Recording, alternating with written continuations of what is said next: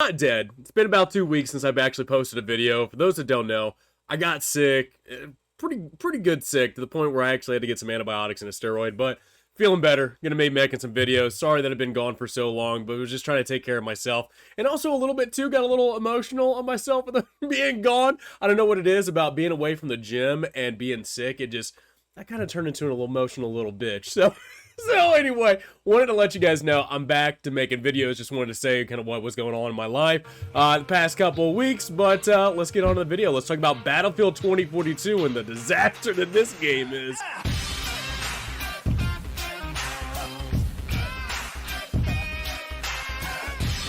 Alright, hey, what's going on, guys? Hope you guys are all having a good day today. Let's talk about Battlefield 2042, because it's actually something I've been wanting to talk about for the 2 weeks that I was gone, that I didn't get a chance to say anything about it. I mean, we had the EA, investor call, and the lack of information whatsoever that came out of that. I mean, it is hysterical to know of just how bad EA is seeing the way that 2042 is going. And just like I said in a previous video, the game 2042 is going to be the next Anthem.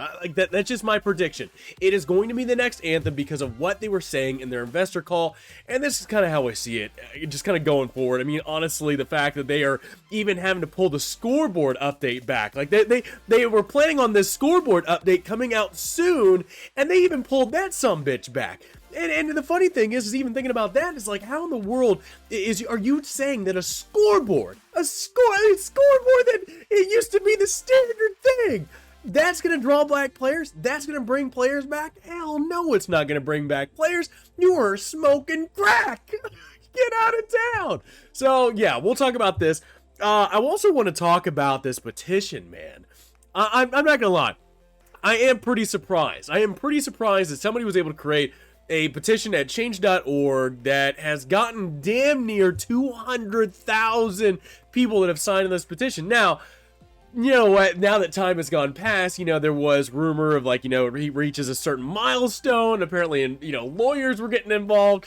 That is not the case whatsoever. Apparently, yeah, there's like an ironclad protection for EA and their lawyers and stuff like that when it comes to, Battlefield 2042 and how much of a crappy product they can push out. But it's still cool to see that 200,000 people have actually signed a petition saying we would like refunds for how bad of a disaster 2042 is.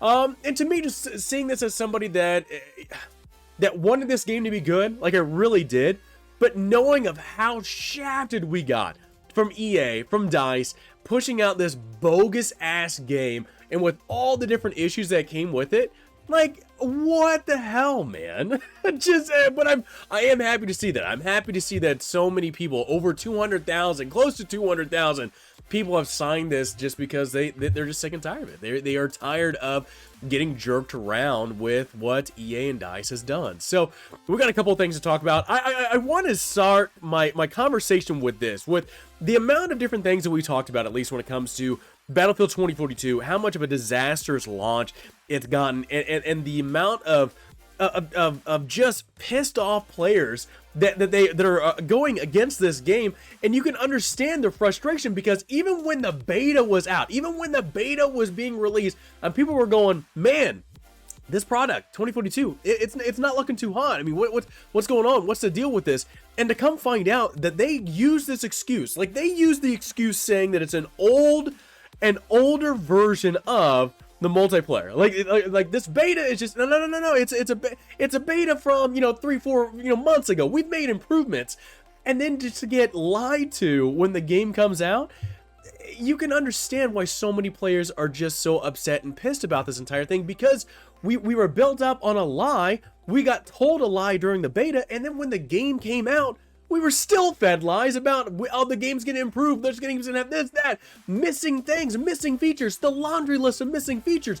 I imagine, just like everybody watching this video, if you're somebody that's new to the controversy that's happening with 2042, you can understand why so many people are upset with the way that this game went, and how upset they are with EA, with DICE, and just what the hell happened. Like, how did the ball drop so damn far when you had multiple different teams of people working on this? You had multiple different franchises, from Star Wars to even Battlefield itself with 5, dropping support with those games to go over to 2042. And this is the product we got. So you can understand why so many people are upset. Let's talk about this investor call. All right, so this investor call comes out for EA, and Andrew Wilson is not going to be... Is it Andrew Wilson? I can't at this point. I don't give a shit at this point, and two, I don't care. This is pretty much the same excuses, but they come out and saying, you know what, really, and this is what makes me think that EA is just already just saying, you know, waving off 2042 as a loss. It's going to be the next Anthem, and that's saying that I think it's only 10% of what they pull in as money revenue. You know, when it comes to EA and the games they push out, when it comes to FIFA or any other games out there where they have a lot of different microtransactions, sales in those games, when it comes to just 2042, the Battlefield franchise, it's only like 10% of what they generate into the company and whatnot. And them saying that, and them saying, you know, the very lackluster sales of 2042, and the perception that it's getting, you know, for the people that still have the game, that still play the game. I uninstalled it in my PC. I still got it on Xbox, but at this point, I'm like, I don't know if I'm gonna play this damn thing. Like, at what point I'm gonna go, hey, you know what? I want to play. Let me jump on that goddamn thing. The lackluster sales of what's going on, and the fact that they're not even mentioning how much money they've actually made with this game. Like, that's the thing that is catching my eye, is that EA is so embarrassed with the way that 2042 went, is that they just don't even want to talk about it. They don't want to mention it. They say, you know what, yep, it was a disappointing game, disappointing sales. Well, we're not going to tell you exactly how much money we made off of it. And this is the funny thing too, even talking about that, is the fact of the amount. So, okay, I could have given EA and DICE the benefit of the doubt and going, you know what, you're gonna make a lot of money off of 2042. If 2042 came out hot, heavy, just great gameplay, amazing, oh my god, this is the best Battlefield 2042 ever, knowing that they made a great game and great gameplay, they were going to be making bank. They were going to be making so many millions and billions of dollars off the microtransactions. Like, that's the thing, right? You want to create a great game loop. You want to create a great gameplay that keeps people hooked, that keeps people entertained in the game, and going, you know what? I want this skin. I want to buy this because I want my character to look cool, because it's just amazing gameplay. I mean, that for MMORPGs or MMO games or anything that's been going on for several years now, 10 plus years, they have great gameplay loops, and they sell cosmetic items because they know they can keep people sticking around because of the gameplay loop, and people buy those microtransactions. They want to look cool, badass, whatever it might be, and that's the way that it's supposed to work. But for 2042, coming out with the most garbage type of gameplay, just not giving two shits whatsoever on the way that their game works out, they're not going to be making any close to the amount of money that they plan on making, if the game was good. When it comes to microtransactions, the amount of people that have dropped off the earth when it comes to 2042, those are going to be, that's a loss. That's a loss when it comes to people that would buy microtransactions, whenever the hell that comes in, whenever the market becomes available. Even, I think it's funny now, to even mention, like, the beanie. Like, the beanie's the most controversial thing, coming up, recently, where they have this beanie that's just a reskin of one of the other characters, man. It's just, I think that's the reason why EA and DICE, or pretty much just EA in general, is counting 2042 as a loss, because they are understanding that they are not going to be making as much money off of the microtransactions. If the game came out great, they were going to be making bank on microtransactions. If 2042 had a great gameplay loop, kept people involved and entertained, and wanting to come back from work, school, whatever, and play that game, they'd be making so much money off of microtransactions. But because the game is just absolute trash, whenever that market comes up, they're not going to be making as much money if the game came out, hot and ready to go. It's just not. I think that's the reason why EA is going to be counting this as a loss, and pretty much just cutting ties with it, within about a year and a half, maybe even two. I don't know. I really don't see them turning 2042 around. And that's the thing too, is that they've been wanting to turn this game around, ever since the new year. But I don't see them doing that. I mean, it's getting close to, I think we're going to be, don't get me wrong, they're saying early summer. I'm thinking midsummer or damn near end of summer by the time that they're going to be getting features in this game to where people are going to be returning, coming back, and having fun in the game. That's just me. Even if it happens, that's my thing. I want to be on the optimistic side, saying, you know what, eventually maybe, you know, great gaming features will come and return to Battlefield 2042, but I don't think that's going to be the case. I think EA is just going to be cutting ties. Lastly, the one thing that just makes me really think that that's going to be happening is the amount of signatures that this change.org refund thing has gotten. Now, again, like I said in the beginning of this video, this does not mean anything.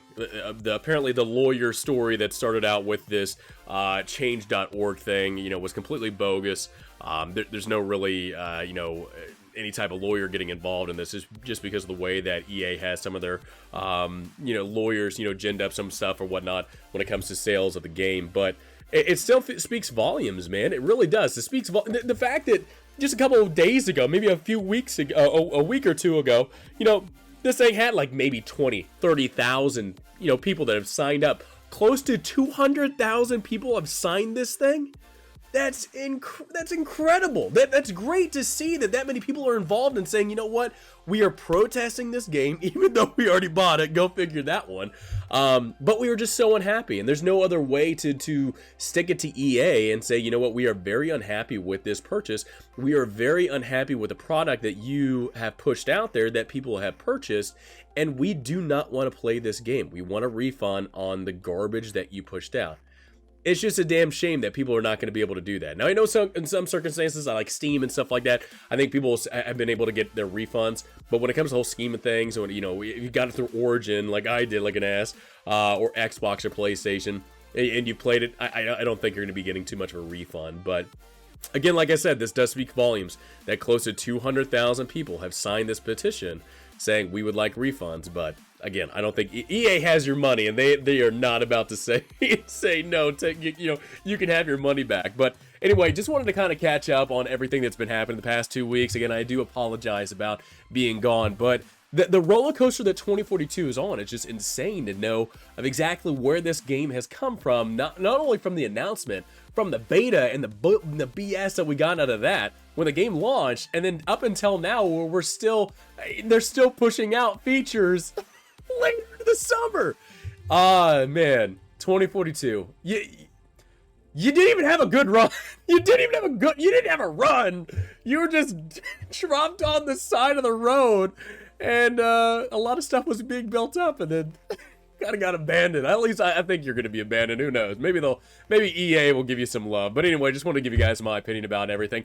Oh, if you also are actually here too, at the end of the video, I'm going to be posting this video not only on YouTube, but on Rumble as well as on Odyssey. So if you guys want to check me out on those other websites, on those other, you know, content creating websites, stuff like that, definitely check me out. I'm going to put it in the description below, my Rumble and Odyssey stuff, so you guys can check it out.